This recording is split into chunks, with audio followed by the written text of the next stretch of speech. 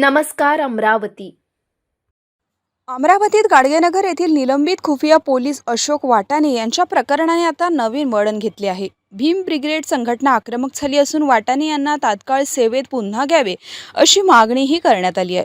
16 मे रोजी पालकमंत्र्यांच्या दौऱ्यादरम्यान फोटो काढल्याच्या कारणावरून वरिष्ठ अधिकाऱ्यांनी कारवाईचे आदेश दिल्याची माहिती समोर आली होती।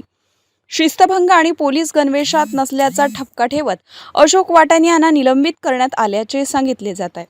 मात्र मंत्री दौऱ्यावेळी खुफिया पोलीस हे पहाटेपासून सिव्हिल ड्रेसमध्येच ड्युटी बजावत असतात। संवेदनशील परिस्थितीची माहिती वरिष्ठांपर्यंत पोहोचवण्याचे कामही हेच कर्मचारी करत असतात। अशा परिस्थितीत करण्यात आलेली कारवाई अन्यायकारक असून त्यामुळे पोलीस दलाचे मनोबल खचत असल्याचा आरोप भीम ब्रिगेड संघटनेकडून करण्यात आला आहे। भीम ब्रिगेडचे अध्यक्ष राजेश वानखडे यांच्या नेतृत्वात पोलीस आयुक्तांना निवेदन सादर करण्यात आले आहे।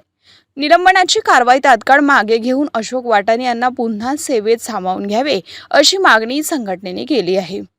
दरम्यान मागणीची दखल घेतली नाही तर पालकमंत्र्यांना अमरावती जिल्ह्यात येऊ देणार नाही असा इशाराही संघटनेच्या वतीने देण्यात आला आहे। एका निलंबनाच्या कारवाईमुळे आता पोलीस दल आणि राजकीय वर्तुळात नवा वाद पेटण्याची चिन्हे दिसत आहे। गेल्या शनिवारी आदरणीय पालकमंत्री महोदयांचा अमरावती शहरामध्ये दौरा होता। त्या दौऱ्यामध्ये एक गाडगेनगरचे पोलीस खुफिया यांचं निलंबन करण्यात आलं। ते निलंबन नसून त्यांच्यावर अन्याय आहे आणि तो अन्याय सामाजिक संघटना सहन करणार नाही। तो अन्याय त्यांच्यावर झालेला जो अन्याय तो दूर करण्यात यावा व त्यांचे निलंबन हे त्वरित मागे घेण्यात यावे। त्याचे कारण असे आहे की खुफिया पद्धतीने काम करत असतात आणि जेव्हा जेव्हा मंत्री असतील,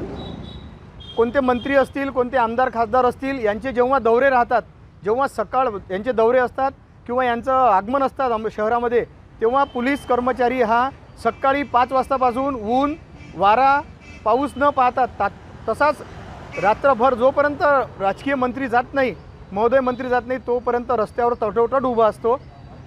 आणि खुफियाचं काम जे आहे, एखादी सामाजिक संघटना जर एखाद्या मंत्र्याचा किंवा एखाद्या राजकीय पुढाऱ्याचा जर निषेध करत असेल, त्याला काळे झेंडे दाखवत असेल, उदाहरणार्थ काळे झेंडे दाखवणे, त्याच्या गळ्यात चपलाचा हार टाकणे, शाई फेकणे, त्यांच्या पुतळ्याचे दहन करणे, त्यांची अंतिम यात्रा काढणे, तर अशी माहिती जी पोलीस विभागाला पोहोचण्याचं काम जी करते हे खुफिया करते। आणि खुफिया हे सिव्हिल ड्रेसवरच असतात।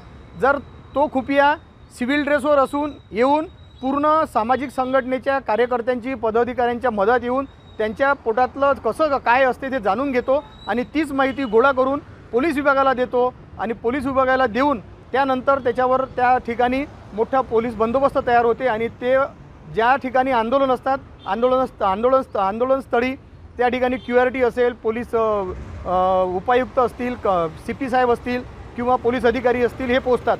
म्हणून खुफियाची ही गोपनीयता असते आणि गोपनीयताच्या माध्यमातून आपण त्यांना जर म्हणू की सिव्हिल ड्रेसवर आपण काय करत आहात, तर हा मोठा प्रश्न आहे।